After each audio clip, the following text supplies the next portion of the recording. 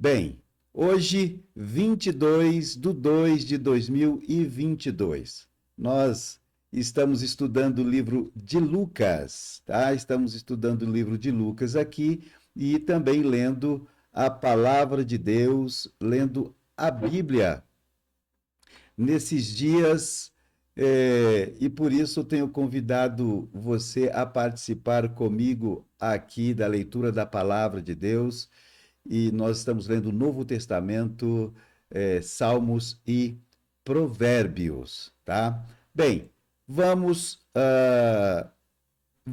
aqui então para a nossa leitura bíblica do dia, hoje, que está em Lucas capítulo 6, versículos 6 a 19, que diz o seguinte: Noutro sábado, ele entrou na sinagoga e começou a ensinar. Estava ali um homem cuja mão direita era atrofiada.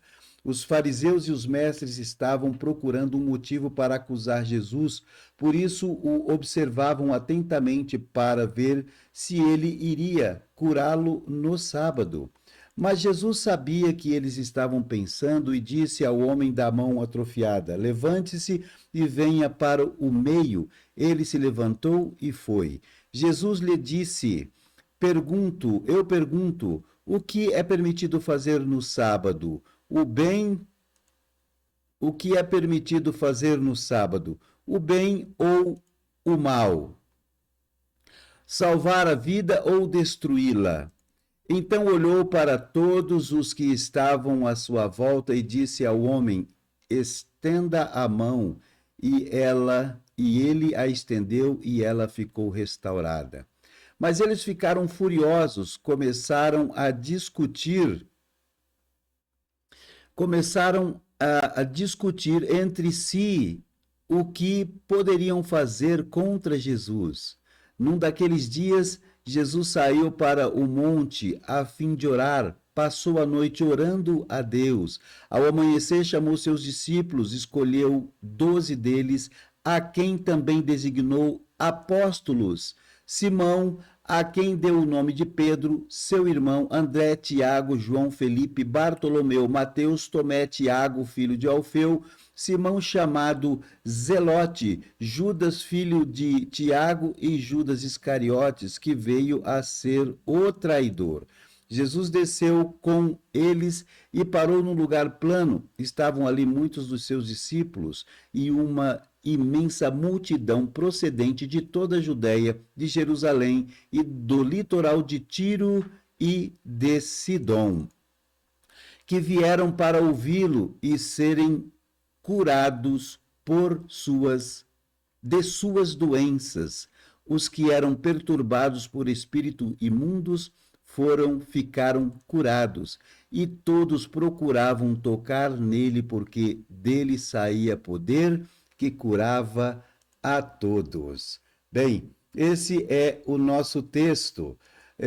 Veja só, eu quero conversar com você hoje sobre o seguinte tema: os transgressores da lei. Mais um sábado e mais uma vez os religiosos tentam acusar Jesus de transgredir a lei. Mas agora são eles os transgressores. No sábado anterior, Jesus havia revelado a sua pessoa, o verdadeiro Davi e Messias de Israel, e sua posição de Senhor do sábado.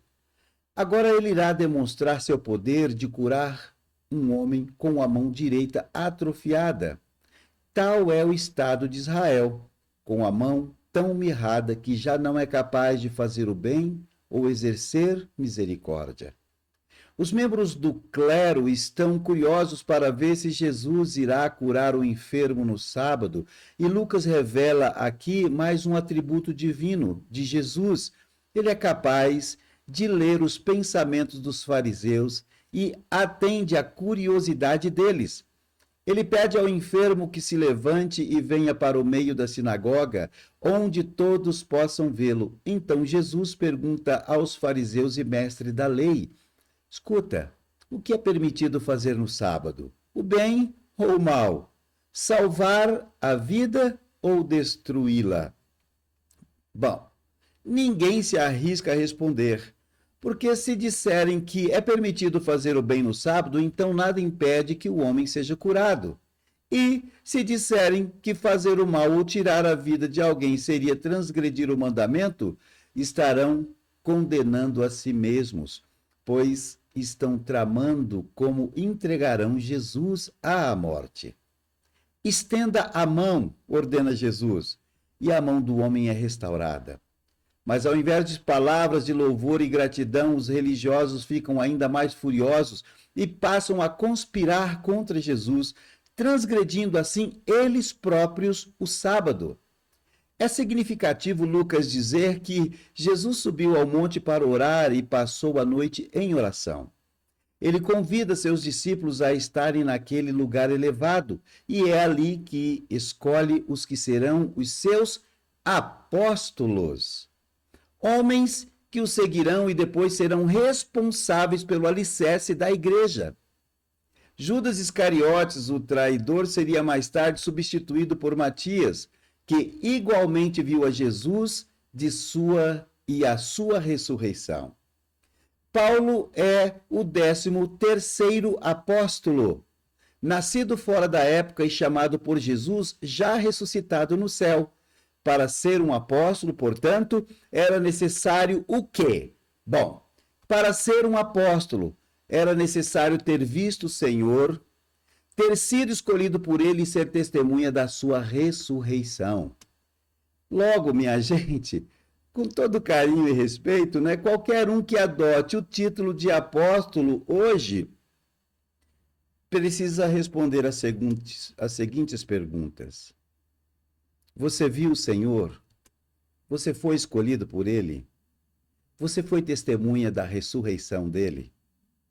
Bem, mas os apóstolos não eram os únicos discípulos. Porque, veja bem, embora apóstolos, claro, eram discípulos. Pois vemos que eles descem do monte em direção à planície, onde estão muitos dos discípulos de Jesus e uma grande multidão em busca dos seus ensinamentos e cura para suas doenças. A prova de que Jesus é Deus está em seu poder ilimitado. E Lucas fala sobre isso no seu capítulo 6, versículo 19, quando ele diz: dele saía poder que curava a todos. Nos próximos versículos, Jesus irá proferir 4 bênçãos e 4 maldições. Isso nós veremos amanhã. Para hoje, basta a gente perceber que a lei não estava sendo transgredida por Jesus. Na verdade, os transgressores da lei eram os fariseus que agiam na defesa da própria lei. E o princípio cristão, meus irmãos, é sempre o mesmo.